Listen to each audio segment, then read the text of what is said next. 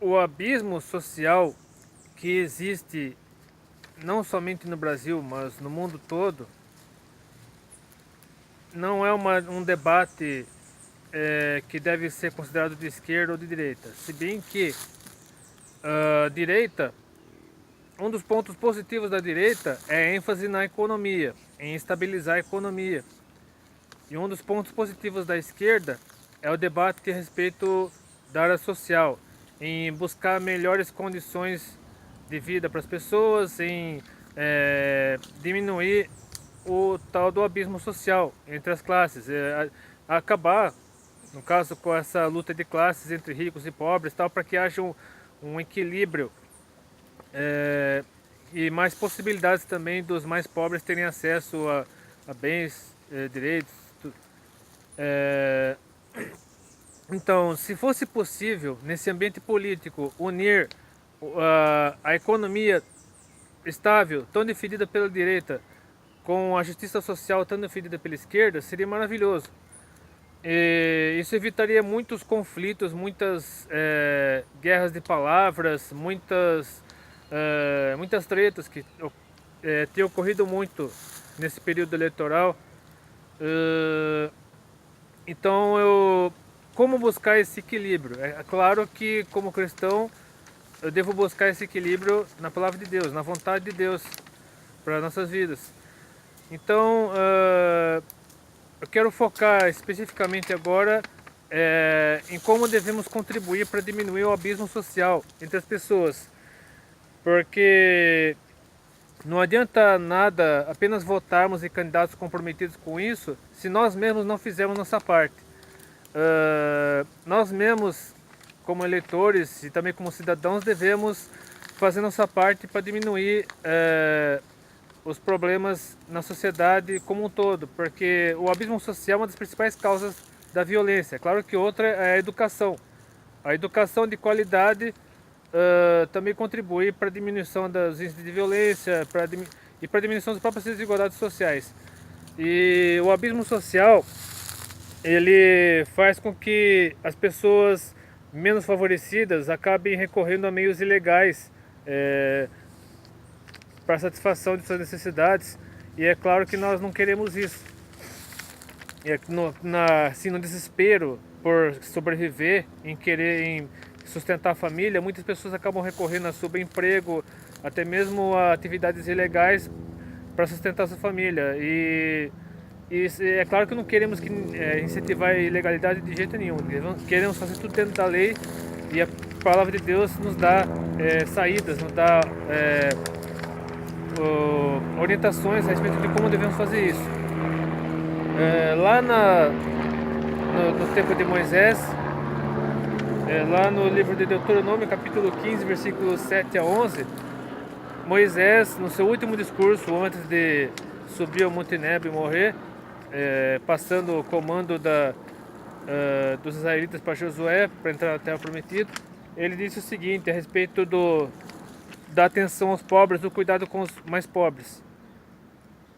Deuteronômio 15, de 7 a 11, diz assim: Quando entre ti houver algum pobre de teus irmãos em alguma das tuas portas, na terra que o Senhor teu Deus te dá, não endurecerás o teu coração, nem fecharás a tua mão a teu irmão que for pobre. Antes lhe abrirás de todo a tua mão, e livremente lhe emprestarás o que lhe falta, quanto baste para a sua necessidade. Guarda-te que não haja palavra perversa no teu coração, dizendo: Vai se aproximando o 7º ano, ano da remissão, e que o teu olho seja maligno para com teu irmão pobre, não lhe des nada, e que ele clame contra ti ao Senhor e que haja em ti pecado. Livremente lhe darás, ou seja, de vontade própria, sem sentir na obrigação. E que o teu coração não seja maligno quando lhe deres, pois por esta causa te abençoará o Senhor teu Deus em toda a tua obra e em tudo o que puseres a tua mão, pois nunca deixará de haver pobre na terra.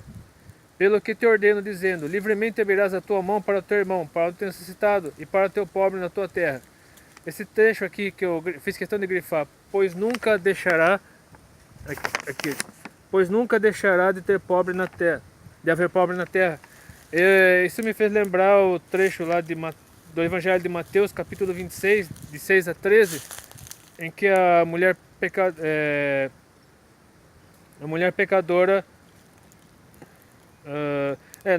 Lá em Betânia, acho que foi Maria mesmo, ungiu a cabeça de Jesus com unguento. Diz assim o texto: estando Jesus em Betânia, em casa de Simão o leproso, aproximou-se dele uma mulher com vaso de alabastro e com unguento de grande valor, e derramou-lhe sobre a cabeça quando ele estava sentado à mesa. E seus discípulos, vendo isso, indignaram-se, dizendo: por que há esse desperdício? Pois este unguento podia vender-se por grande preço e dar-se o dinheiro aos pobres. Inclusive diz, no outro texto diz que Judas Iscariotes teria falado isso, e Judas ele era o tesoureiro, no caso dos apóstolos, acaba pegando dinheiro para ele e tal. Ou seja, não havia um interesse em realmente ajudar a mulher, apenas que um interesse em um desencargo de consciência e tal. Mas vejamos o que Jesus diz aqui. Jesus, porém, conhecendo isso, disse-lhes: por que afligir esta mulher? Pois praticou uma boa ação para comigo, porquanto sempre tendes convosco os pobres, mas a mim não me haveis de ter sempre. Ora, derramando ela este unguento sobre o meu corpo, fê-lo preparando-me para o meu sepultamento. Em verdade vos digo que, onde quer que este evangelho for pregado, em todo o mundo também será referido o que ela fez para a memória sua. Então, qual que é o problema aqui? Muitas pessoas desejam amenizar a dor, o sofrimento das pessoas menos necessitadas, mais pobres, apenas por desencargo de consciência. Porque esperam ganhar um tijolinho no céu, esperam ajudar, mas fala, amenizar a dor de quem está no purgatório. Enfim, existem várias teorias que não estão de acordo com a palavra de Deus. E também muitas pessoas ajudam os pobres apenas porque querem receber algo em troca. Não é um amor genuíno, um amor que não exige nada em troca, porque o verdadeiro amor, ele não exige nada em troca, ele é desprendido. Então a pessoa ajuda os pobres apenas porque quer desconto de imposto de renda, por exemplo. Faz lá uma contribuição para abater, uma contribuição para uma entidade, a entidade dá um recibo, a pessoa inclui o CNPJ da entidade, o número de recibo e tal, para abater no imposto de renda no ano seguinte. Isso, ou seja, isso está errado. Você não deve ajudar as pessoas para receber algo em troca, para ser beneficiado financeiramente. Você deve ajudar as pessoas por livre e espontânea vontade, de coração mesmo, porque você está se compadecendo da necessidade daquela pessoa. Você realmente ama, se preocupa com o bem-estar daquela pessoa, de sua família. Aquela pessoa tem uma família, aquela pessoa precisa de ajuda para não morrer de fome, para não contrair uma doença grave. E a partir do momento em que você ajuda uma pessoa sem exigir nada em troca, você sente empatia pela pessoa. Você, além de desenvolve altruísmo, você se coloca no lugar daquela pessoa e você passa a se preocupar mais com o outro do que consigo mesmo. Então, o que diz mais a Bíblia a respeito dessa questão dos pobres? Existem muitos outros textos, inclusive, principalmente nos livros dos profetas. Os profetas sempre discursavam, eles protestavam contra os poderosos que oprimiam os menos favorecidos, os líderes religiosos, os líderes políticos da época que eles prejudicavam, eles afligiam, oprimiam as pessoas, principalmente os órfãos e as viúvas, os estrangeiros e tudo mais. Vejamos o que diz mais a Bíblia a respeito de como devemos proceder com relação aos pobres. Oséias capítulo 6, versículo 6, só para mencionar um dos profetas, diz assim: porque eu quero a misericórdia e não o sacrifício, e o conhecimento de Deus mais do que os holocaustos. Ou seja, devemos nos preocupar em satisfazer a vontade de Deus mais do que simplesmente fazer alguma coisa para cumprir uma obrigação. Devemos fazer de livre e espontânea vontade, porque realmente sentimos o desejo de fazer aquilo para adorar a Deus, para nos consagrarmos ainda mais diante de Deus e para diminuirmos a dor daquelas pessoas que estão ao nosso redor. Que devemos amar a Deus sobre todas as coisas e o próximo como nós mesmos. E com relação a Jesus, por exemplo, no texto que falei lá de Mateus, capítulo 26, lá da mulher que derramou o perfume na cabeça de Jesus, as pessoas, os líderes religiosos da época e muitos do povo também estavam mais preocupados em satisfazer seus próprios interesses e não se preocupavam com a dor do próximo, não se preocupavam com o bem-estar do próximo. Ainda mais as mulheres que na época eram a mesma coisa que nada, as mulheres não se dava muito valor, muito crédito ao que as mulheres faziam, falavam. E principalmente se a mulher era pecadora, tinha algum problema, aí que as pessoas praticavam bullying contra ela, desprezavam, tinham preconceito contra ela. Mas Jesus rompeu com tudo isso. E Jesus ainda diz lá em Mateus, no Evangelho de Mateus capítulo 6, versículos 1 a 4, a respeito de como devemos repartir o que nós temos com as pessoas ao nosso redor, no caso das esmolas. Diz assim o texto: guardai-vos de fazer a vossa esmola diante dos homens, para serem vistos por eles. Aliás, não tereis galardão junto de vosso Pai, que está nos céus. Quando, pois, deres esmola, não faças tocar trombeta diante de ti, como fazem os hipócritas nas sinagogas e nas ruas, para serem glorificados pelos homens. Em verdade vos digo que já receberam o seu galardão. Mas quando tu deres esmola, não saiba a tua mão esquerda o que faz a tua direita, para que a tua esmola seja dada em secreto, e teu Pai que vem em secreto, ele mesmo te recompensará publicamente. Hoje em dia fala-se muito sobre não dar esmolas, porque o dinheiro da esmola muitas vezes vai para drogas, vai para coisas que não prestam, acaba sustentando o vício da pessoa, acaba sustentando aquela vida miserável da pessoa. A pessoa nunca procura ajuda, nunca quer saber de buscar um socorro real, necessário para a vida dela.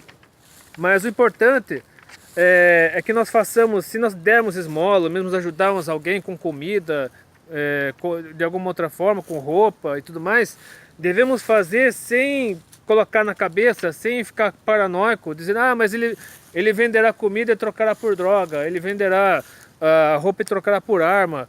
Não devemos pensar nisso. Devemos fazer nossa parte, só que de uma maneira discreta, sem nos envaidecermos, sem nos ensoberbecermos, sem querer nos exibir, sem querer nos mostrar para os outros, dizendo que nós estamos fazendo isso ou aquilo. O importante é que Deus vê, Deus sabe da sinceridade do nosso coração, Deus sabe da nossa intenção em ajudar uma pessoa. E o importante é que Deus veja isso, perceba isso. Não precisamos ficar nos exibindo, nos mostrando para os outros. Como se pagar de bonzinho, pagar de uma pessoa solidária, filantropo e tudo mais, fosse garantir para nós alguma posição no céu, enfim. No Evangelho, a carta de Paulo aos Efésios, capítulo 2, versículos 8 a 10, também nos alerta a respeito. Na verdade, são duas coisas que muitas pessoas acham que a Bíblia entra em contradição com relação à fé e obras. Vejamos primeiro o que o apóstolo Paulo fala sobre a fé aqui em Efésios capítulo 2, versículos 8 a 10. Porque pela graça sois salvos por meio da fé. Isso não vem de vós, é dom de Deus, não vem das obras, para que ninguém se glorie. Porque somos feitura sua, criados em Cristo Jesus para as boas obras, as quais Deus preparou que andássemos nelas. E o apóstolo Tiago, lá na sua carta, no capítulo 2, versículos 14 a 17, versículo 26, diz assim a respeito da relação entre fé e obras. Meus irmãos, que aproveita se alguém disser que tem fé e não tiver as obras. Porventura a fé pode salvá-lo? E se o irmão ou a irmã estiverem nus e tiverem falta de mantimento cotidiano, e algum de vós lhe disser, ide em paz e aquentai-vos e fartai-vos, e não lhes derdes as coisas necessárias para o corpo, que proveito virá daí? Assim também a fé, se não tiver as obras, é morta em si mesma, porque assim como o corpo sem o espírito está morto, assim também a fé sem obras é morta. Então, qual que é o problema aqui? No texto de Efésios 2, o apóstolo Paulo diz que a fé, a salvação não depende das obras, e sim da fé. E lá na carta de Tiago, capítulo 2, diz que a fé sem obras é morta. Não são dois textos contraditórios? Claro que não. São dois textos complementares. Um texto complementa o outro. Da mesma forma como as obras não nos garantem a salvação, você fazer obras sem ter fé não garante a salvação. Mas a fé genuína em Jesus Cristo, ela nos leva às boas obras, assim, de uma maneira espontânea. Porque o Espírito Santo, a partir do momento que o Espírito Santo habita no nosso coração, ele nos incentiva a praticar boas obras. Ou seja, não devemos praticar boas obras esperando alcançar algo de Deus, sem crer em Deus, ou sem realmente entregar nossas vidas às mãos de Deus, sem deixar que Deus nos transforme, nos molde, sem nos entregarmos e comprarmos Jesus Cristo e sem sermos selados pelo Espírito Santo. Não adianta. primeiro devemos crer em Deus, crer na salvação somente por Jesus Cristo, em Jesus como nosso Salvador e Senhor, e único mediador entre Deus e os homens, e somente aí, recebendo do Espírito Santo todo esclarecimento, todo necessário a respeito da fé cristã, aí somos automaticamente, espontaneamente levados a praticar boas obras. Agora, a partir do momento que você usa as boas obras como uma espécie de barganha, esperando obter algo de Deus para o seu próprio benefício, isso não é algo bom, não tem a ver com o verdadeiro amor, que o verdadeiro amor ele vem de Deus, ele é um dom de Deus, e a partir do momento que você pratica boas obras para fazer uma troca com Deus, uma barganha, você se dá mal. Então, se você fizer o bem, faça o bem sem esperar nada em troca. O importante é que Deus está vendo o que você está fazendo, está vendo a sinceridade do seu coração, e a recompensa virá mais adiante, mais tarde. E neste mundo, o importante é que você diminua as desigualdades sociais, diminua a dor do seu próximo, a dor do seu semelhante, diminua a distância entre ricos e pobres, fazendo a sua parte. Cada um de nós fazendo a nossa parte, nós ajudaremos muito na melhoria da sociedade ao nosso redor. Então, que esse vídeo possa ter esclarecido você a respeito disso, a respeito de qual deve ser nosso papel com relação na parte, tanto na economia quanto na sociedade, tanto na parte econômica defendida pela direita, quanto na parte social defendida pela esquerda. E que Deus nos ajude a escolher candidatos comprometidos com Ele, e principalmente que nós coloquemos diante de Deus o controle da nossa nação, o controle do nosso estado, nossa cidade, enfim, o controle de toda a nossa sociedade. Que Deus abençoe, que Deus oriente. Se esse vídeo fez diferença na sua vida, se esse vídeo impactou você, curta, compartilhe, se são favoritos, inscreva-se no meu canal. Que Deus abençoe e até depois, se quiser.